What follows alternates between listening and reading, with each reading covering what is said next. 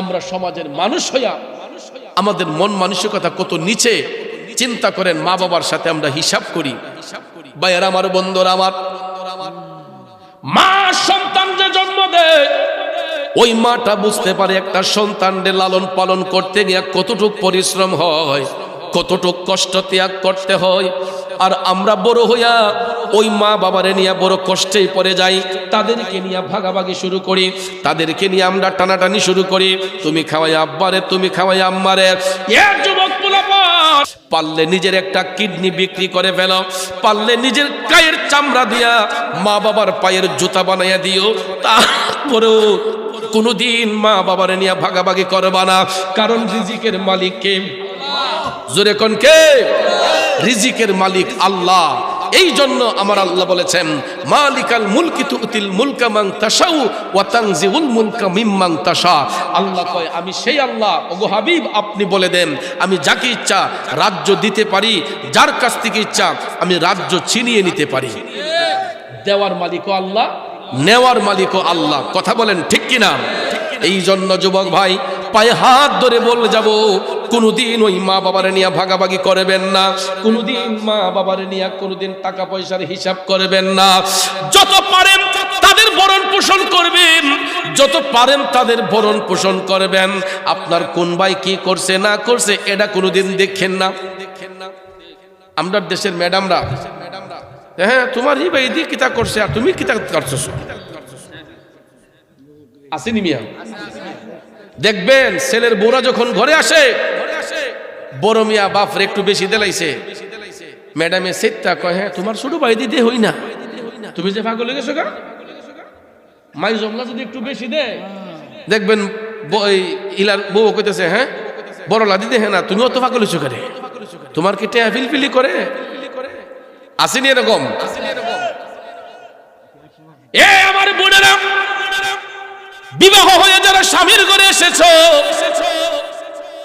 আমি তোমাদের বড় ভাই হইয়া তোমাদের পায়ে হাত রেখে বলবো, রে বোন, আজকে হয়তো তুমি ছেলের বউ হয়ে আসো, একদিন তুমি এই ঘরের মধ্যেই শাশুড়ি হইবা। আজকে হয়তো তুমি ছেলের বউ হয়ে এসেছো, একদিন তোমার ছেলেও বিবাহ করাইয়া পুত্র বধূ যখন আনবা, তখন তুমিও শাশুড়ি হইবা। দুনিয়াটা হচ্ছে ধার উদ্ধারের জায়গা। যে যেমন কর্ম করবে তেমন কর্মের ফল ভোগ করবে। আমার আব্বা তো চেয়ারম্যান ছিলেন, তো মাঝে মধ্যে সালিশ বিচারও যাইতেন। তো একটা কথা এখন মনে হইছে, শাশুড়ি এবং বৌমার ঝগড়া মিটানোর জন্য একটা দরবার হয়েছিল। তা আমার আব্বাই তা মাঝে মাঝে কইতো, অনেক বিচার আচারে গেলে সর্দাররা কিন্তু মাঝে মাঝে কিছু নজিরা দেয়, দেয় না? ওই প্রসঙ্গক্রমে একটা নজির আসছে, এক মা তার একটা মাত্র ছেলেরে বিয়ে করাইছে, সুন্দর টুকটুকে সুন্দর একটা রূপ সুন্দরী কদুর মানছে। আমাদের দেশে তো মানুষ সুন্দরের পূজারি বেশি। বেটি দেখতে গেলই আগে দেহে টল ফিগার নেই, ঠিক না বেটি?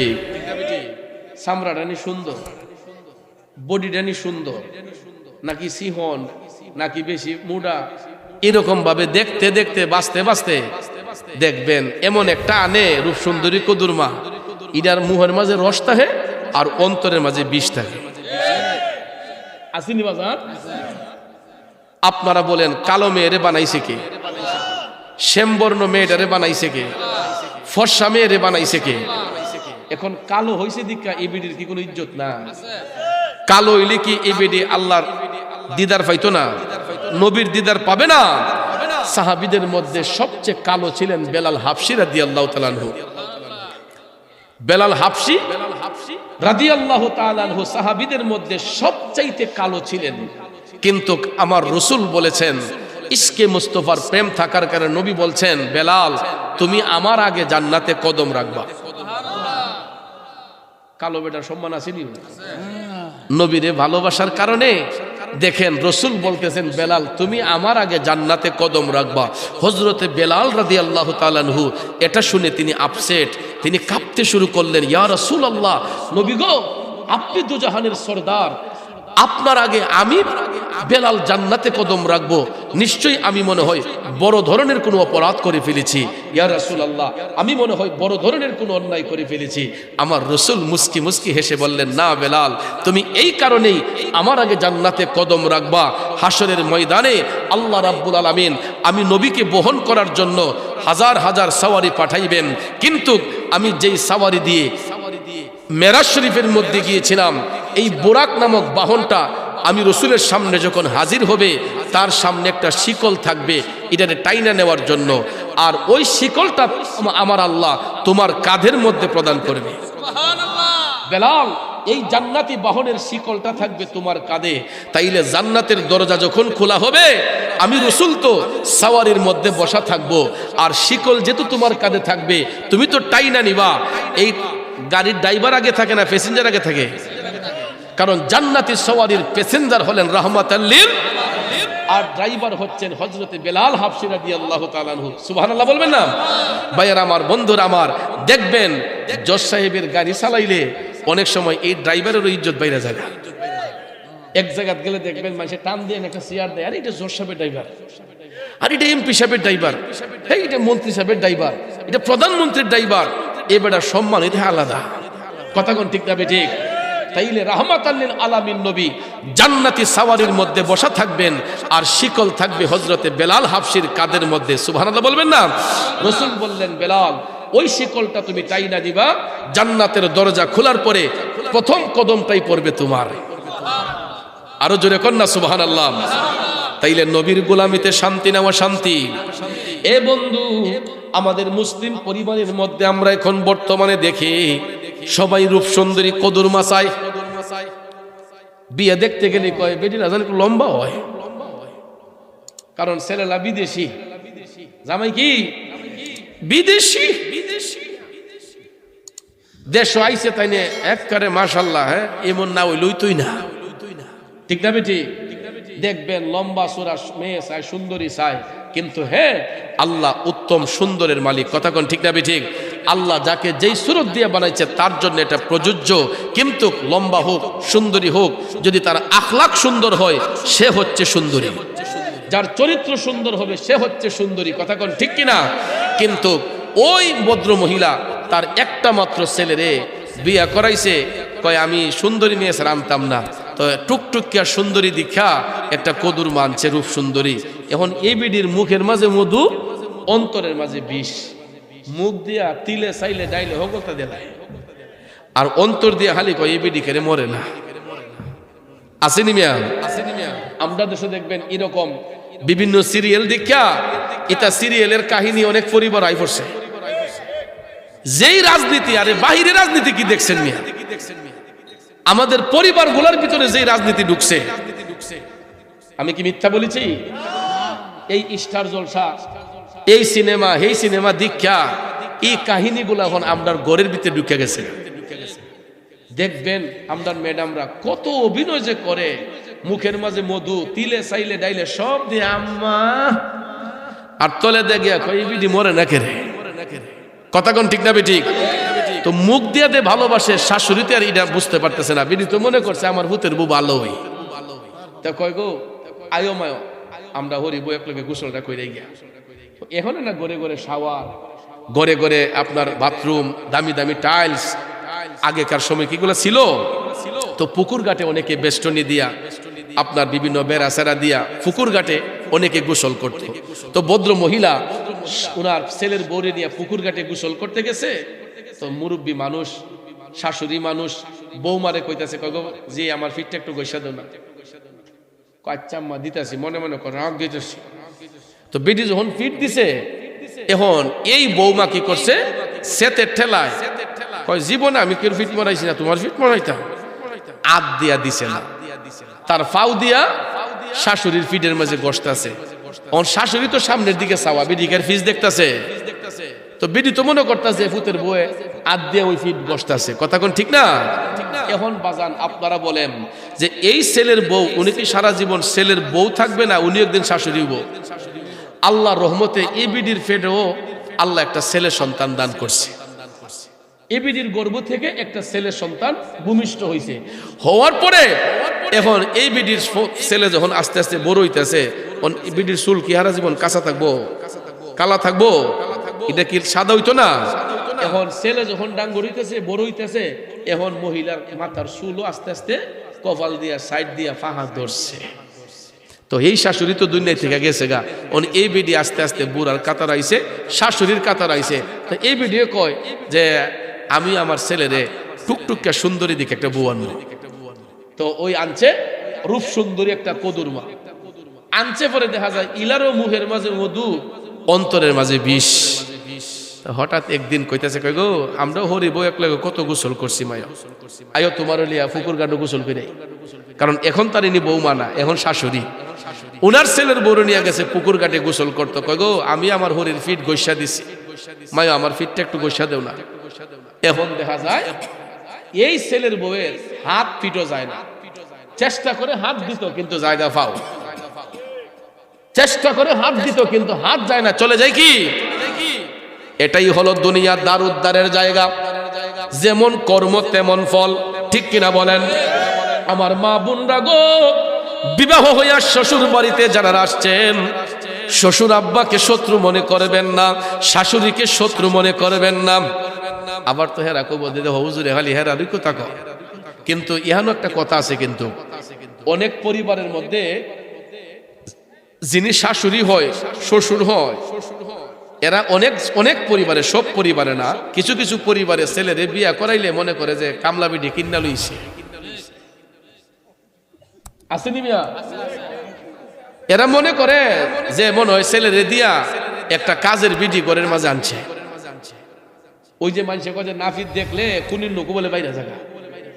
আরে মিয়া, একটা মেয়ে আর একটা সংসার থেকে আপনার সংসারে আসছে, এটা তো আরেক ফাতিলার ভাত খাইয়া বড় হইছে, ঠিক না বেঠিক? ওই ঘরে বড় হইছে, ওই ঘরের একটা পরিবেশ ছিল। আপনার ছেলের মাধ্যমে নেকাহের বন্ধন হইয়া আপনার বাড়িতে বউ হয়ে আসছে, পুত্রবধূ হয়ে আসছে। এটা তো একদিনে শিখতো না, এটারে আস্তে আস্তে আস্তে আস্তে আপনার ছেলে মনে কইরা, মেয়ে মনে কইরা, এটারে যখন গইরা তুলবেন, দেখবেন এই বেটি কোনোদিন সংসারে অশান্তি করতো না। কিন্তু আবার পরের দিনই দেখা যায়, হ্যাঁ বেটি সুলাদ গেছে না করে, 8টা বাজে ঘুমতে উঠছে করে, ওমা এটা কি ওমা নতুন বউ, এটা তো শিখতে শিখতে 1-2 মাস যাইব না। কথা কোন ঠিক না বেঠিক? ভালোবাসা দিয়া, দরদ দিয়া ছেলের বউদেরকে ইজ্জত দিবেন, মায়া করবেন, স্নেহ করবেন, দেখবেন এই ছেলের বউ কোনোদিন শ্বশুরের সাথে বিয়াদবি করবে না, শাশুড়ির সাথে বিয়াদবি করবে না। আর আমার মা বোনদের পায়ে হাত রেখে বলবো, যারা বিবাহের পরে শ্বশুর বাড়িতে আসছেন, শ্বশুরকে নিজের বাবার মতো শ্রদ্ধা করবেন, শাশুড়ি আম্মাকে নিজের মার মতো শ্রদ্ধা করবেন, দেখবেন ওই পরিবারে কোনোদিন অশান্তি হবে না। কথা বলেন ঠিক কিনা? এই জন্য যুবক ভাইয়ারা আমার, লম্বা কথা বলবো না, আমার রাসূল বলেছেন পৃথিবীর সন্তানেরা মৃত্যুর আগের দিন পর্যন্ত মায়ের গোলামি করলেও একটা সন্তানও মায়ের 1 ফোঁটা দুধের ঋণ শোধ করতে পারবে না। আমরা মায়ের কাছে চিরঋণী, আমরা মায়ের কাছে চিরঋণী। এই জন্য অনেক ওলি আব্দাল গাউস কুতুবরা এইরকম চিন্তা ভাবনা কইরা দেখছে, মায়ের সেবা ছাড়া মৌলার নৈকট্য হাসিল করা যায় না। ওয়াইসাল কারণের আলোচনা আমার ইউটিউবের মধ্যে এত ভাইরাল হয়েছে, আমি যেই দিকে যাই সেই দিকে গেলে কই হুজুর ওয়াইসাল কারণের কিছু কথা বলেন, হুজুর ওয়াসকুরুনির প্রেমের কাহিনীটা বলেন। বন্ধুরা আমার, বাবাজিরা, আমি অনেক জায়গায় বলি, অনেক জায়গায় বলি না, কারণ একটা আলোচনা বারবার করলে অনেকে মনে করে হুজুর মনে হয় এই আলোচনা ছাড়া অন্য কিছু পারে না। কিন্তু ভাইয়ের আমার, কথা প্রসঙ্গে যেহেতু আসছে, ওয়াইসাল কারণী তিনি আমার নবীর দিদার লাভ করেছেন একমাত্র মায়ের সেবার কারণে। মার সেবা করার কারণে রাসূল বলেছেন, ওয়াইসাল কারণী তোমার আর মদিনা শরীফ আসতে হবে না, তুমি তোমার বৃদ্ধা মায়ের সেবা করো, আমি রাসূল আয়েশা তোমারে দেখা দিয়ে যাব। ও আশিকুন কা ঈসা বনে হযরত ওয়াইসাল करनी बने पाया नबी को एक दांत पर उनको 32 घराना खुलोगी इश्क नबी दिल में पैदा करो क्या रसूल खुदा को भूलोगी ভুলোগি। নবীকে যদি ভালোবাসো বন্ধু, মা বাবার খেদমতের মধ্যে মাশগুল হয়ে যাও। আর আমার নবী বলছেন, যেই সন্তানগুলা মায়ের সাথে বিয়াদবি করে, যেই সন্তানগুলা বাবার দিলে আঘাত দেয়, এদের স্থানটা কোন জায়গায় হয়? আমার রসুল মেরাজ শরীফে যাওয়ার সময় আপন চোখ মোবারক দিয়ে দেখেছেন। কষ্ট হইতেছে? এই কথাটা কি বলবো? আমার নবী মেরাজ শরীফে যাওয়ার সময় প্রথম আসমানে যখন গেলেন, বাবা আদম সফিউল্লাহর সঙ্গে সাক্ষাৎ। তিনি আমার নবীকে অভ্যর্থনা জানালেন। আমার আল্লাহ জান্নাত এবং জাহান্নাম দেখার পারমিশন দিলেন। জিবরাইল আলাইহিস সালাম কয়, নবী গো, আল্লাহ রাব্বুল আলামিন আপনার জন্য জান্নাত এবং জাহান্নাম সুসজ্জিত করে রেখেছেন। আপনি চাইলে আগে জান্নাত দেখতে পারেন, আপনি চাইলে আগে জাহান্নামটাও দেখতে পারেন। আমার নবী ডাক দিয়ে কয়, জিবরাইল, আমি জান্নাত দেখব পরে, আগে জাহান্নামের অবস্থাটা আমি দেখতে চাই। আমার নবীজি জান্নাত দেখবেন পরে, জাহান্নাম দেখার ইচ্ছে পোষণ করলেন আগে। বন্ধুরে, জাহান্নাম দেখতে যাই আমার নবী প্রথমে যখন জাহান্নামে প্রবেশ করলেন, জাহান্নামের গেইটের ফেরেশতা আমার নবীরে অভ্যর্থনা জানাইল। জাহান্নামে প্রবেশ করার সাথে সাথে আমার রাসূল দেখেন দুর্গন্ধ পাওয়া যায়। নাউজুবিল্লাহ বলেন। জাহান্নামে সুগন্ধ না দুর্গন্ধ? জাহান্নামে প্রবেশ করেই রাসূল দুর্গন্ধ পাইলেন। হঠাৎ করে আমার রাসূল জাহান্নামের ডান পাশে তাকাইয়া দেখতেছেন, বিদ্রুপের মতো কান্নার শব্দ শোনা যায়। কি শোনা যায়? বিদ্রুপের মতো কান্নার শব্দ শোনা যায়। হঠাৎ করে রাসূল তাকাইয়া দেখছেন, ওই কান্নার শব্দে জাহান্নামের আগুনের তাপে মাটি ফাইটা আগুনের ফুলকিগুলা উপর দিকে উঠতেছে। অগ্রহায়ণ মাসে ধান কাটার পরে দেখবেন বাইন ধান যেগুলা খেরের ফাড়ার মাঝে আগুন লাগাইলে দেখবেন আগুনের ফুলকিগুলা লাফাইয়া লাফাইয়া উপরে উঠে, ঠিক না? আমার যুবক বন্ধুরা, আমার মদিনার কামলিওয়ালা নবী, মায়ার নবী দেখতেছেন মাটি ফাইটা আগুনের ফুলকিগুলা উপর দিকে উঠতেছে, আর কবরের ভিতরে বিদ্রুপের মতো কান্নার শব্দ শোনা যাচ্ছে।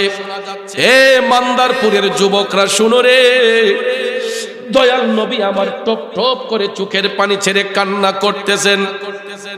জিবরাইল আলাইহিস সালাম ডাক দিয়ে কয়, নবী গো, ইয়া রাসূলুল্লাহ, মায়ার নবী গো, এরা আপনার উম্মতের মধ্যেই একদল লোক। নবী গো, এরা দুনিয়ার জমিনে মায়ের উপর হাত তুলতো, বাবার উপর হাত তুলতো। ইয়া রাসূলুল্লাহ, ওই সন্তানগুলোর উপর আমার আল্লাহ নারাজ হয়ে গেছে, কারণ এরা মা বাবার গায়ের উপর হাত উঠাইতো। বলুন, এই দেশে এই কুলাঙ্গার সন্তান আছে না নাই? এদের পরিণামটা হচ্ছে জাহান্নামের তলদেশে। জাহান্নামের তলদেশে আমার রাসূল বলতেছেন যে আমি যখন মেরাজে গিয়েছি জাহান্নামের তলদেশে তাকিয়েছি। আর এটার কতটুকু গভীরতা এই সম্পর্কে রাসূল বলেছেন যে জাহান্নামের মধ্যে দুজক, যেটা দুজকের তলদেশ, যেটা অর্থাৎ দুজকের প্রথম স্টেপ থেকে, দুজকের উপর থেকে যদি একটা পাথর ছেড়ে দেওয়া হয়, ৭০,০০০ বৎসর যাওয়ার পরে যতটুকু গভীরতা, এর নিচে হচ্ছে জাহান্নামের তলদেশ। নাউজুবিল্লাহ কোন। সেই জাহান্নামের তলদেশে রাইখা ওই কুলাঙ্গার সন্তানগুলা যারা মার উপর বাবার উপর হাত উঠায়, এদেরকে আমার আল্লাহ জাহান্নামের আগুনের তাপ দেয়।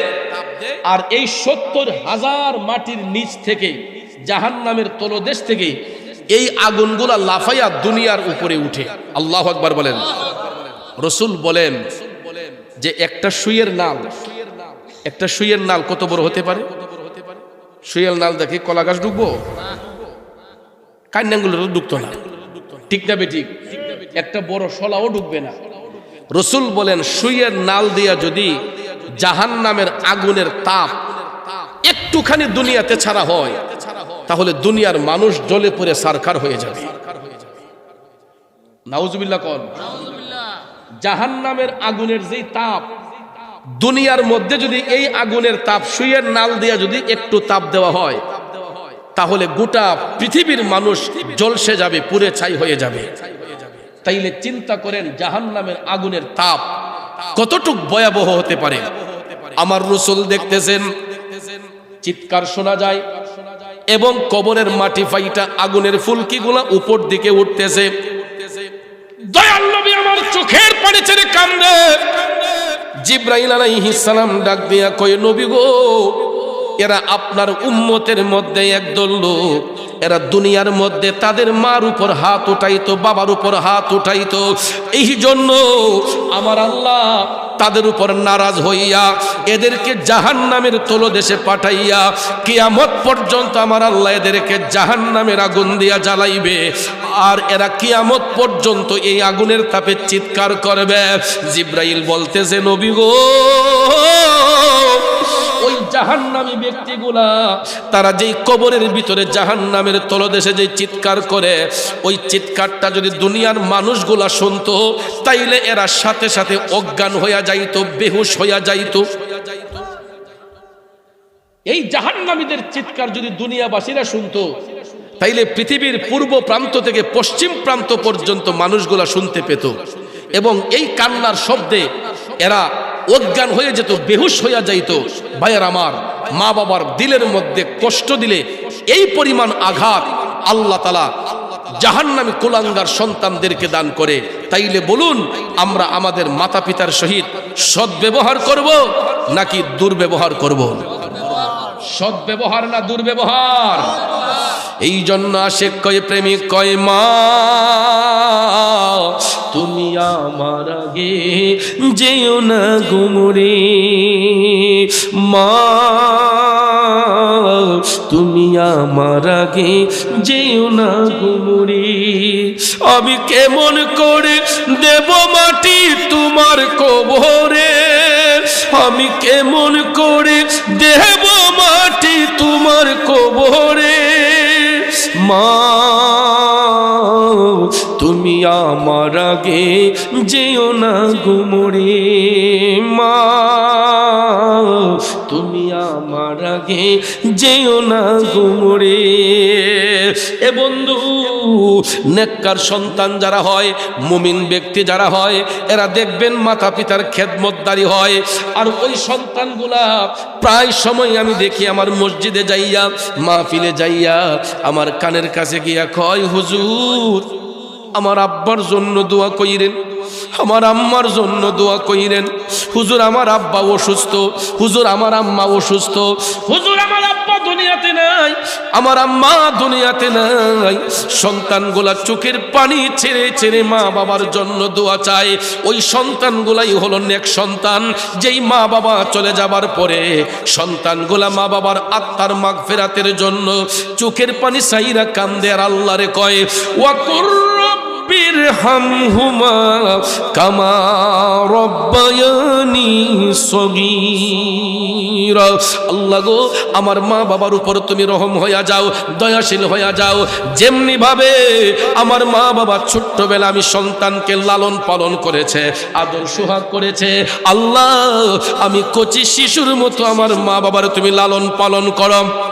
তাফসিরে রুহুল বয়ান এই আয়াতে পাকের তাফসির করতে গিয়া বলেছে, সন্তান যখন চোখের পানি ছাইরা মা বাবার আত্মার মাগফিরাত কামনা করে, ওই সন্তানের চোখের পানিটা জমিনে পড়ার আগেই আমার আল্লাহ তার মা বাবা রুহের উপর খুশি হইয়া যায়। চিল্লায়া বলেন সুবহানাল্লাহ।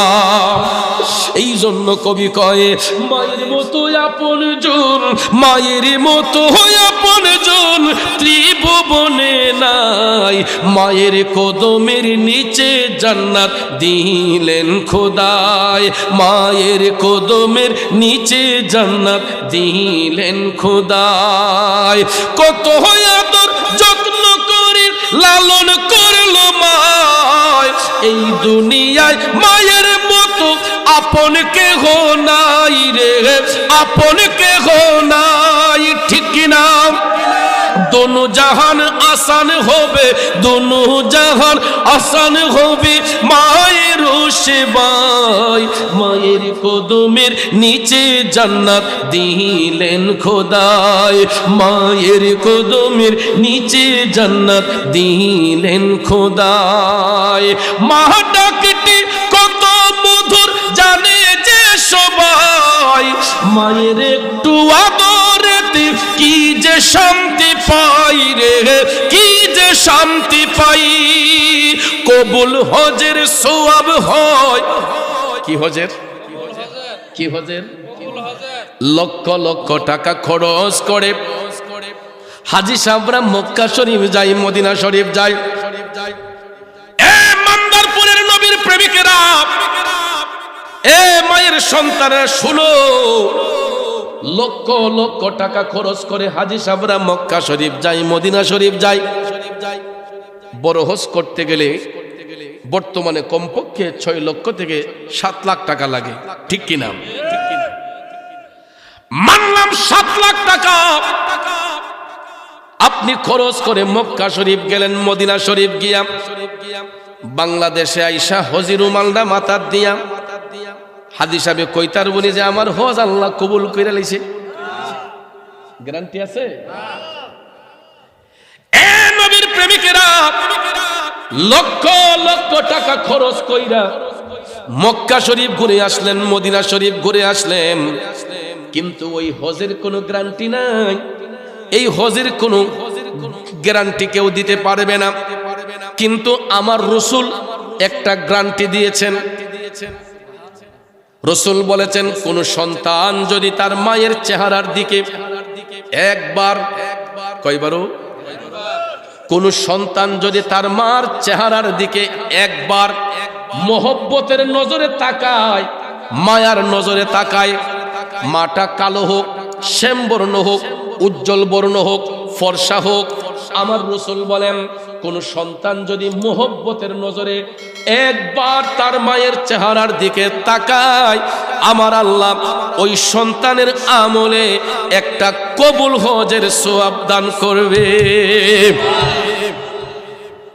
এই কথা শোনার সাথে সাথে নবীর সাহাবী ডাক দিয়া বললেন, ইয়া রাসূলুল্লাহ, নবী গো, আমি যদি আমার মার চেহারার দিকে দৈনিক 10 বার তাকাই, আমার রাসূল ঘোষণা করেন 10টা কবুল হজের সওয়াব। সাহাবী ডাক দিলেন, ইয়া রাসূলুল্লাহ, নবী গো, আমি যদি আমার মার চেহারার দিকে দৈনিক 100 বার তাকাই, আমার রাসূল বললেন উম্মত 100টা কবুল হজের সওয়াব। সাহাবী ডাক দিয়া বলতেছেন, নবী গো, ওগো মায়ার নবীজি, আমি যদি এর চাইতে বেশি তাকাই। আমার নবী ডাক দিয়া কই, উম্মত তুমি যত হাজার বার, যত কোটি বার তোমার মায়ের চেহারার দিকে মোহব্বতের নজরে তাকাইবা, মায়ার নজরে তাকাইবা, আমার আল্লাহ তত হাজার কবুল হজের সওয়াব তুমি সন্তানের আমলের মধ্যে লিখে দিবে। 2 হাত তুলে বলেন আল্লাহু আকবার, আরেকটু জোরে বলেন ইয়া রাসূলুল্লাহ। ওরে মানুষ রূপে সৃষ্টি করলো দয়াল খোদা, কত আদর করলো মায়ের, তার সীমানা নাই রে, তার সীমানা নাই। কবুল হজের সওয়াব হয় দেখলে মায়ের চেহারায়, মায়ের কদমের নিচে জান্নাত দিলেন খোদায়, মায়ের কদমের নিচে জান্নাত দিলেন খোদায়। আমার মায়ের মতো আপনজন, মায়ের মতো আপনজন ত্রিভুবনে নাই, মায়ের কদমের নিচে জান্নাত দিলেন খোদায়। কথা বলেন ঠিক না বেঠে? তাইলে ওই মায়ের সাথে সদ্ব্যবহার হবে না, দুর্ব্যবহার হবে। আমার যুব সমাজ, আপনাদের পায়ে হাত রেখে বলছি, আজকের মাহফিল যদি সত্যিকারের মাহফিল হয়, ওই মাহফিলের সার্থকতা তখনই হবে যেই ছেলেগুলো আমরা মারে কষ্ট দিয়েছি, বাবারে কষ্ট দিয়েছি, মাহফিল শেষ করে মার পায়ে বাবার পায়ে গিয়া সালাম দিয়া তাদেরকে জড়াইয়া ধইরা, আর না হয় পায়ে ধইরা যাব্বা, বাবার চোখের পানিগুলা ঠাস ঠাস করে পড়বে, মার চোখের পানিগুলা ঝরঝর করে পড়বে। কোনো মা বাবা সন্তানের অমঙ্গল চায় না। আমরা যদি সরি স্বীকার করে ফেলি, দেখবেন আমাদের মা বাবারা আমাদের উপর রাজি এবং খুশি হয়ে গেলে আল্লাহ তাআলা আমাদের উপর রহমত বর্ষণ করবে, দয়াল নবীর নজর মুবারক আসবে। কথা কোন ঠিক কিনা? প্রিয় ভাইয়ের আমার, আজকের আলোচনাটা তখনই সার্থক হবে যদি আমরা মাতা পিতার খেদমতকারী হয়ে যাই। চারটা জিনিস মনে রাখবেন। ইবাদত করব আল্লাহর, মহব্বত রাখবো নবীজির, অন্তরে মহব্বত রাখবো নবীজির, সহবতে যাব ওলি আল্লাহর, খেদমত হবে মা বাবার। আল্লাহর ইবাদত, নবীজির মহব্বত, পীর মুর্শিদের সহবত, মাতা পিতার খেদমত, এই চারটা আমলের মধ্যে যেই ব্যক্তি গুরুত্ব আরোপ করবে ওই ব্যক্তি বান্দা থেকে আল্লাহর বন্ধু হয়ে যাবে। আল্লাহকে খুশি করার জন্য নাক কপাল জমিনে ঠেকিয়ে ইচ্ছে মতো সেজদা করব, ঠিক কিনা বলেন? আর নবীজির মহব্বত অন্তরে ধারণ করব, মাতা পিতার খেদমত করব, পীর মুর্শিদের সহবতে থাকব। কারণ সৎসঙ্গে স্বর্গবাস, অসৎ সঙ্গে সর্বনাশ, ঠিক কিনা বলেন? সঙ্গ যদি ভালো হয় খারাপ ছেলেটাও ভালো হয়ে যায়, আর সঙ্গ যদি খারাপ হয় ভদ্রঘরের সন্তানটাও নষ্ট হয়ে যায়। এই জন্য ভাইয়ের আমার, আল্লাহ ইজ্জত দিলে কেউ কি ইজ্জত নামিয়ে ফেলতে পারবেন? এই মান্দারপুর গ্রাম আমার পরিচিত গ্রাম, আমার ইমন চৌধুরী আমার বন্ধু। আজকে একদিনের সম্পর্ক নয়, প্রায় 1.5 যুগের উপরে হবে আমাদের বন্ধুত্বের সম্পর্ক। এই বন্ধুত্বের দাবি নিয়ে প্রোগ্রাম রেখেছি, এবং বিশেষ করে আমার আরো কিছু ভালোবাসার মানুষ এই মান্দারপুরে আছে। আপনাদের মান্দারপুর সরকার বাড়িতে আমার দুইজন ভাগিনা আছেন, একজন হাজী আলাউদ্দিন সরকার, তার ভাই আর একজন নিজাম সরকার। সৌদি আরবে গেলে পড়ে তারা হাজীদেরকে যেই দরদ দিয়ে আদর করে, এটা আমি না বলে পারছি না। যে আমি যদি আপনারা কোনোদিন যেতেন তাইলে দেখতেন তারা হাজীদেরকে সেই জেদ্দা থেকে মক্কাতে আইসা হাজীদেরকে রিসিভ কইরা তারা জেদ্দা নিয়া মেহমানদারি করাইয়া, আবার কাপড় চোপড় পোশাকাদি দিয়া, আতর, নামাজের মশলা সব কিছু দিয়া আবার হাজীদেরকে ইজ্জত করে বিদায় দেয়। এটা আপনাদের গ্রামের সুনাম না? আপনাদের গ্রামের চেরাগ হাজী আলাউদ্দিন সরকার, আমার বাবা নিজাম সরকার আমাকে অত্যন্ত মন ভরে শ্রদ্ধা করে। আমার বাবা আব্দুল বাতেন, তাদের ফুফাতো ভাই, তাদের মামাতো ভাই আব্দুল বাতেন মিয়া টানচারা গ্রামের আমার মুরিদ সন্তান। সেই সুবাদে আরও তাদের সঙ্গে আমার গুড আন্ডারস্ট্যান্ডিং। তো তাদের জন্য সবাই মন ভরে দোয়া করবেন। তারা দোয়া চেয়েছে, আজকেও আসার আগে দোয়া কামনা করেছে যে মামা খাস করে দোয়া করবেন, আমার তো আব্বা আম্মা নাই, তো মা বাবার জন্য দোয়া চেয়েছে। এবং আমি জেদ্দাতে যতবার যাই মিলাদ শরীফ পড়ে যখন দোয়া করি তখন দেখতে পাই তারা দুইটা ভাই কিভাবে মা বাবার জন্য কান্দে। তখন ভাবলাম যে নেক সন্তান তাদেরকে আল্লাহ সম্পদ দিবানাতে কারে দিবে। মা বাবার জন্য এত কান্না করে, আল্লাহ রহমতে দান সৎকার দিক দিয়ে দেখছি অনেক ভূমিকা পালন করে। আল্লাহ যেন তাদেরকে আরো ব্যবসা বাণিজ্যে উন্নতি করে। এবং আমার ইসমাইল মামা, আমার আরেকটা ভাগিনা আছে ইসমাইল মিয়া, এই মান্দারপুরের, এরা আমাকে অত্যন্ত মহব্বত ভালোবাসা দেখায়। যতবার আমি সৌদি আরবে যাই তাদের বাসায় গিয়ে আমার 1-2 দিন বেড়াতে হয়, খুব ইজ্জত করেন। আমার আরেকটা ছোট ভাই রিয়াজউদ্দিন, সেও সৌদি আরবে থাকে, বর্তমানে জেদ্দাতে আছে। আপনাদের সবার কাছে দোয়া চেয়েছে, সে শারীরিকভাবে একটু অসুস্থ, এবং তার আব্বা আম্মার জন্য দোয়া চেয়েছে। সবাই দোয়া করবেন।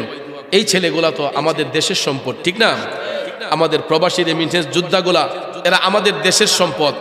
এদের অক্লান্ত শ্রমের কারণেই আজকে আমরা বাংলাদেশে অনেক মাহফিল করতে পারি, অনেক ফাউন্ডেশন করতে পারি, একমাত্র বেশিরভাগ প্রবাসীদের অনুদান আসার কারণে। এই জন্য প্রবাসীদেরকে ইজ্জত দিবেন, আমাদের ছেলেদেরকে আমরা তাদের জন্য দোয়া করব যাতে তাদের বিদেশের জীবনটা সুখের এবং শান্তির হয়। আমি সৌদি আরবে গেলে, বিভিন্ন দেশে গেলে, আমার এই বাংলাদেশের ব্রাহ্মণবাড়িয়ার কসবা নবীনগরের যুবক ছেলেগুলা আমার নাম যখন শুনে হুজুর গেছে, এরা কাজ কাম বাদ দিয়া গিয়া দেখা করে। আমি তাদের কাছে ভালোবাসার ঋণী। এরা আমাকে ভালোবাসা দিয়ে আমাকে ঋণী করে ফেলেছে। তাদের জন্য দোয়া ছাড়া আর কি করব? আপনাদের কাছে দোয়া চাই, আমিও তাদের জন্য মন ভরে দোয়া করি, আল্লাহ যেন তাদের বিদেশের জীবনকে সুখের এবং শান্তির বানায় দেয়। সবাই বলেন আমিন। তো ভাইয়ার আমার, মা বোনদের আবদার, আমার বন্ধুর আবদার একটু জিকির করার জন্য। তো আপনারা কি সবাই আল্লাহ পাকের জিকির করবেন? মন দিয়া নাইশা এখন জিকির নিয়া অনেক ট্রল, তামাশা দেখা যায়। একদিকে আল্লাহ কইলে এটা হু কইয়া ঠেলা মারে, আসেন এরকম। জিকির নিয়া কখনো এনকার করতে নাই, কারণ আলা বিযিকরিল্লাহি তাতমাইন্নুল কুলব, যেই কালবের মধ্যে আল্লাহর জিকির থাকে এই কালবটাকে আমার আল্লাহ প্রসারিত করে দেয়, নূরান্বিত করে দেয়। এই জন্য ভাইয়ার আমার, এই কালবের সম্পর্ক মৌলার আরশের সঙ্গে হয়ে যায়। কথা কোন ঠিক না বেঠিক? এই জন্য জিকির করবেন মন দিয়া, জিকির করব দিল দিয়া, মন দিয়া, একমাত্র আত্মাকে শুদ্ধ করার জন্য, আল্লাহকে রাজি খুশি করার জন্য। কথা কোন ঠিক না বেঠিক? তো আমার দোস্ত ইমন চৌধুরী, ডাক্তার ইমন চৌধুরী, ওনার মাধ্যমে দাওয়াতটা রেখেছি। তো আমার অনেক আগের একটা জিকির, আল্লাহু আল্লাহ জিকির, এটা অনেক পরিচিতি লাভ করেছিল, যেটার কারণে আপনারা আমাকে ভালোবেসে অনেক জায়গায় নিতেন। তো উনি সেটার আবদার করেছেন, একটু করে তারপরে কে আমি মুস্তফা দিয়ে আমরা আরেকটু জিকিরে সামা করব। কষ্ট হবে না তো আপনাদের?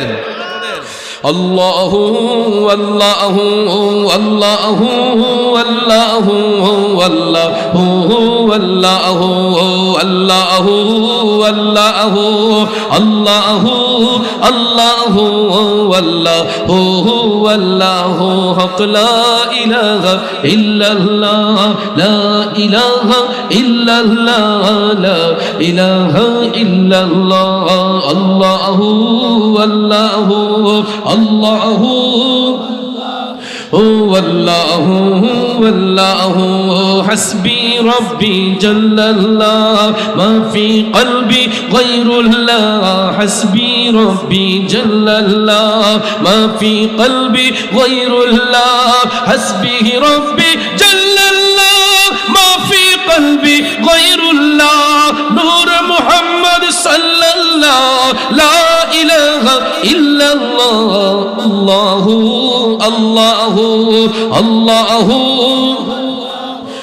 والله والله لا إله لا إله لا إله إلا الله كون مقامي هي الله دون جهامي هي الله كون مقامي هي الله دون جهامي هي الله كون مقامي هي الله دون جهامي هي الله جسم میں جامی هي الله لا إله إلا الله الله والله الله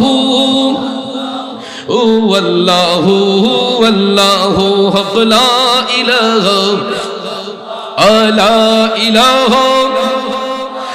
لا إله إلا الله दोनों जहां का रखवाला तू ही बढ़तिर तू वाला दोनों जहां का रखवाला तू ही बढ़तिर तू वाला तूने तुए इरशाद किया प्यारा नबी रसूल अल्लाह अल्लाहु अल्लाहु अल्लाहु আমাদের বৈশিষ্ট্য কি? আমরা যখন মাহফিলে আসব আমরা ওযু সহকারে আসব। কিন্তু আজকে আমি চ্যালেঞ্জ করে বলতে পারবো এখানে যারা আসছেন অর্ধেকেরও বেশি মানুষের হয়তো ওযু নাই। হাদিস শরীফে রাসূল বলেছেন আত-তুহুরু শাতরুল ঈমান, পবিত্রতা হইছে ঈমানের অঙ্গ।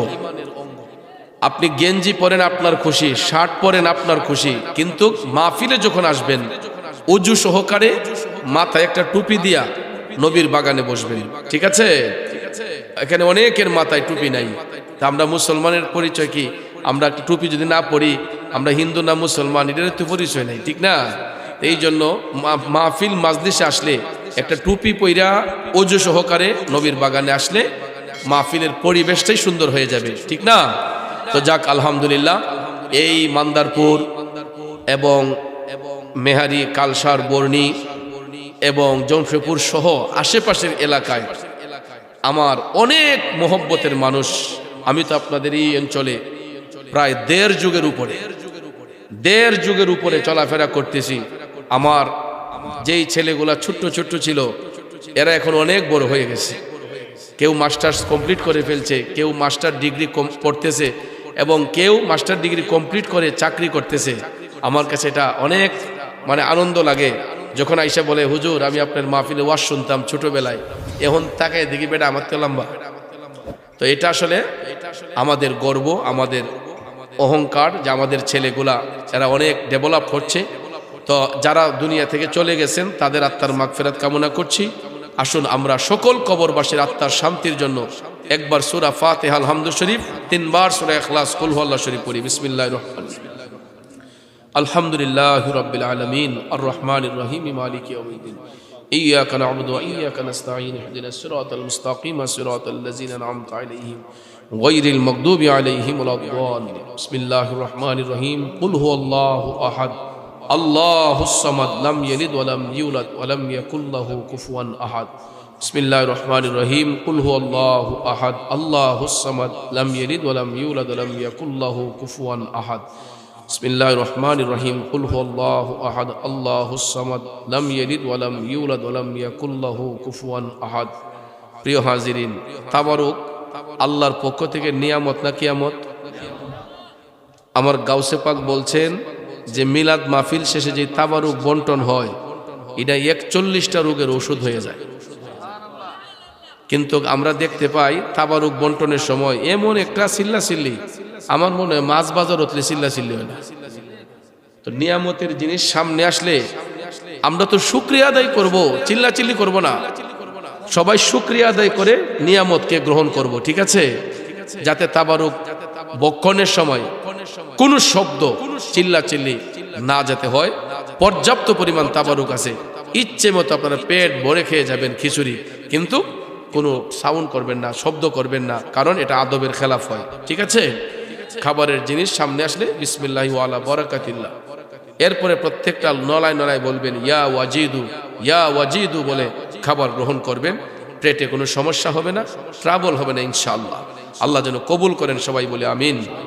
আল্লাহুম্মা সাল্লি আলা সাইয়্যিদিনা মাওলানা মুহাম্মদ ওয়া আলিহি ওয়া আসহাবিহি ওয়া বারিক ওয়াসাল্লিম। আল্লাহুম্মা সাল্লি আলা সাইয়্যিদিনা মুহাম্মদ ওয়া আলিহি ওয়া আসহাবিহি ওয়া বারিক ওয়াসাল্লিম। আস্তাগফিরুল্লাহ রাব্বি মিন কুল্লি যামবিন ওয়া আতুবু ইলাইহি লা হাওলা ওয়া লা কুওয়াতা ইল্লা বিল্লাহিল আলিয়্যিল আযীম। আস্তাগফিরুল্লাহ ইন্নাল্লাহা গফুরুর রহিম।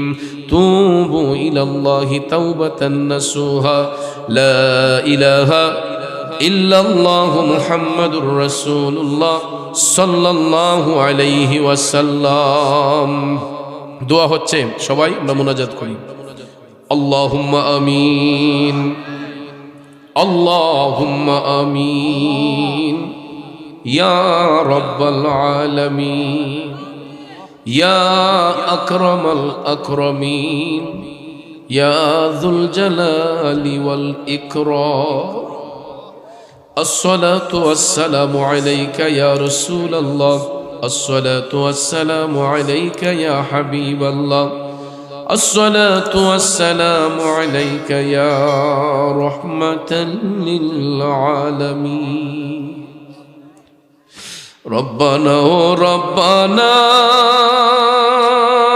ও রব্বানা, মাফ করে দাও জীবনের সব গুনার বোঝা মাথায় লইয়া কান্তেছি, মাফ করে দাও দয়াল আল্লাহ ইলাহি। যত গুনাহ করছি মাবুদ জীবনে, ও যুবক বন্ধুরা আমার, বাবাজিরা গো, একটাবার গুনার কথা স্মরণ করু। গুনাহ করতে করতে জীবনটাকে ধ্বংস করে দিয়েছে। যেই দিকে তাকাই শুধু গুনার গুনাহ। যুবক বন্ধুরা রে, ও বাবাজিরা আমার, আমরা যদিও গুনাহগার, আমরা দয়াল নবীর উম্মত হয়েছি। ওই নবীর মোহব্বত অন্তরে নিয়ে আমার আল্লাহর একটা ডাক দিয়া কোন যত গুনাহ করছি বহু জীবনে, মাফ করে দাও নূর নবীজির খাতিরে। আল্লাহ তুমি যদি মাফ না করো তোমার বান্দারে, বলো তোমার বান্দা যাবি কার ধার। রব্বানা আতিনা ফিদ দুনিয়া হাসানাতাও ওয়া ফিল আখিরাতি হাসানাহ وقنا عذاب النار وقنا عذاب القبور وقنا عذاب الحشر وقنا عذاب الفلسرات وقنا عذاب الميزان وقنا عذاب اليوم القيامة. ربنا اغفر لي ربنا اغفر لي ولوالدي رب ارحمهما كما ربياني صغيرا وقل رب ارحمهما كما ربياني صغيرا. মাবুদ, কুদরতের নজর দিয়ে একটিবার তাকায়া দেখো, রাত প্রায় 1:15টার মতো হয়ে গেল, এখনো তোমার প্রেমের পাগলরা জান্নাতের বাগান ছেড়ে যাচ্ছে না। আল্লাহ, ঐতিহ্যবাহী মান্দারপুর, আল্লাহ মরহুম আবুল হক খন্দকার সাহেবের বাড়ি প্রাঙ্গণে আল্লাহ মানব কল্যাণ ফাউন্ডেশনের যুবক ভাইয়েরা দিনকে দিন বলে নাই, রাতকে রাত বলে নাই, কবরবাসীরা তার মাগফিরাতের জন্য আজকের এই 32তম বার্ষিক সুন্নি মহাসম্মেলন আয়োজন করেছে। আল্লাহ, দেশ বিখ্যাত উলামায়ে কেরামগণ কোরআন সুন্নাহর আলোচনা করেছেন। বিদায় বেলা আমি গুনাহগার যা কিছু নজরানা পেশ করলাম, ভুল ত্রুটি বিয়াদবি ক্ষমা করে দিয়া যা সওয়াব মঞ্জুর করেছ লক্ষ কোটি গুণে বাড়াইয়া দু জাহানের বাদশাহ দয়াল নবীজির পবিত্র কদম শরীফে হাদিয়াতান কবুল করে নাও রব্বুল আলামিন। বিশেষ করে আল্লাহ, আমরা যারা হাত উঠাইলাম, জানি না কে জানি আমার মতো বাবা হারাইতি, আল্লাহ কার জানি দুঃখিনী মা অন্ধকার কবর। আল্লাহ তোমার কুদরতের নজর দিয়া তাকাও, বাবা হারা সন্তান গুলা বাবার জন্য কান্দে, মা হারা সন্তান গুলা মা মা কইয়া ছটফট ছটফট করতেছে। আব্বা আম্মা যারো নাই সংসারী, এতিম নাইয়া গেল আমরা। আল্লাহ ভিক্ষা চাই, জানি না কে জানি আমার মতো বাবা হারাইতি, কার জানি দুঃখিনী মা অন্ধকার কবরে। ভিক্ষা চাই মাবুদ, যাদের আব্বা আম্মা দাদা দাদি নানা নানি পীর উস্তাদ পাড়া প্রতিবেশী খেসোয়া কারিব আত্মীয় স্বজন বন্ধু বান্ধব শ্বশুর শাশুড়ির খানদানের যত মুর্দেগান কবরের বাসিন্দা হয়েছেন, আল্লাহ তাদের প্রত্যেকের কবরের আযাব তুমি মাফ করে দাও, কবর গুলোকে জান্নাতের বাগান বানায়া দাও। আল্লাহ, এই মান্দারপুরের গুরুস্থানে আশেপাশের এলাকার গুরুস্থানে যত কবরবাসীরা শুয়ে আছেন, তাদের রূহ হয়তো আমাদের দিকে তাকাই আছে। ভিক্ষা চাই মাবুদ, প্রত্যেক কবরবাসীর কবরের আযাব তুমি মাফ করে দাও। রব্বুল আলামিন বিশেষ করে আল্লাহ যাদের ঘরে এখনো মা বাবা বেঁচে আছেন আরো দীর্ঘদিন নেক হায়াতে বরকত দাও। আমার সামনে ডাইনে বামে পিছনে যারা হাত তুলে আমিন আমিন বলে ডাকতেছেন, যারা ব্যবসা করে ব্যবসায় বরকত দাও, যারা চাকরি করে চাকরিতে বরকত দাও, বেকার থাকলে ইজ্জতের কাজের ব্যবস্থা করে দাও। আল্লাহ যারা বিদেশ যেতে ইচ্ছুক সুন্দর করে যাওয়ার ব্যবস্থা করে দাও। আর যারা বিদেশে আছে আল্লাহ তোমার হাওলা করে দিলাম, হক হালাল রুজি করার সুযোগ করে দাও।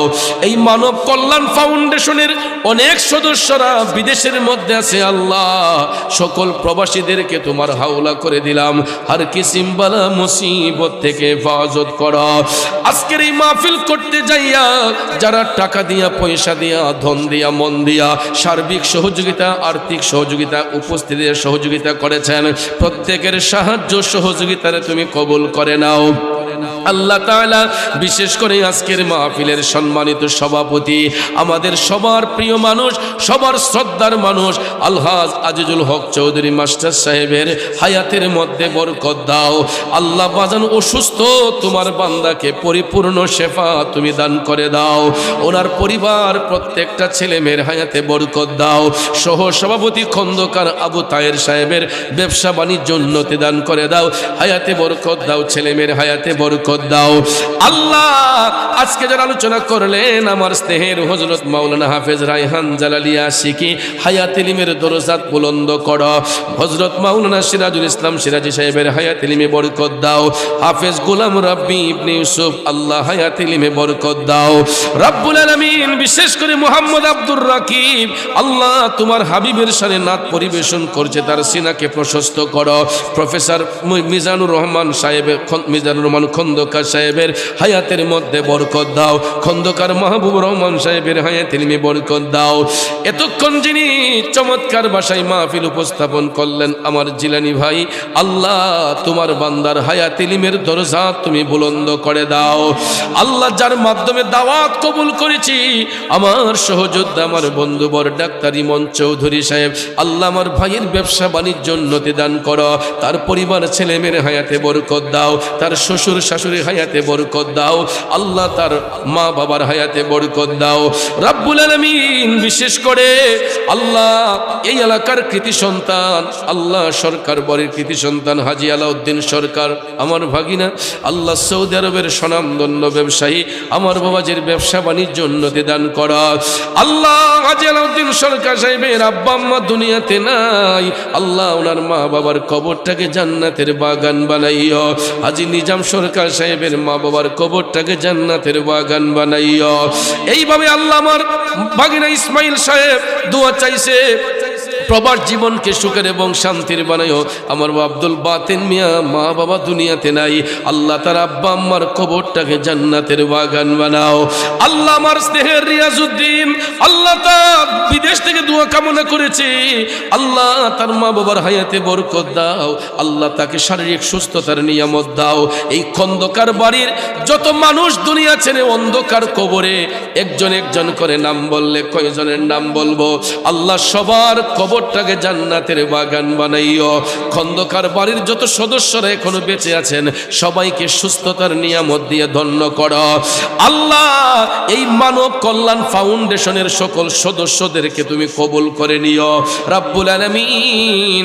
বিশেষ করে আজকের মাহফিলের তাবারুকে বরকত দান করো, মাহফিল খানাকে তোমার কুদরতি আদালতে কবুল করো রব্বুল আলামিন। এই মাহফিলকে জরিয়া করে আমাদের তামাম জিন্দেগির গুনাহ খাতা মাফ করো আল্লাহ। বাংলাদেশ ও দেশ বিদেশে আমার যত ভক্ত মুরিদ যে যেখানে আছে সবাই আপন আপন জায়গায় সহি সালামতে রাখো, কঠিন মুসিবতে থাকলে হেফাজত ফরমায়ো আল্লাহ। আমার স্নেহের আব্দুর রহমান আল্লাহ তার 3টা বাচ্চাকে এতিম করে আল্লাহ তার প্রথম স্ত্রী দুনিয়ার মায়া ছেড়ে অন্ধকার কবরে, আল্লাহ তোমার বান্দির কবরটাকে জান্নাতের বাগান বানাইও। এই রকম ভাবে আল্লাহ নাম জানা না জানা না, সবার হাত গোলা তুমি কবুল করো আল্লাহ। রাস্তাঘাটে মৃত্যু দিও না, অ্যাক্সিডেন্টে মৃত্যু দিও না, নৌকা ডুবন্তস্থায় মৃত্যু দিও না, ঝড় তুফানে ফালায় মাইরো না, দুশ্মনেতে ফালায় মাইরো না, জালেমের অত্যাচারিতে ফালায় মাইরো না আল্লাহ। রাইতলার আমার বাবা হানিফ মিয়া আল্লাহ তার ভগ্নিপতি দুনিয়া ছেড়ে অন্ধকার কবরে, আল্লাহ তোমার বান্দার কবরটাকে জান্নাতের বাগান বানাইও।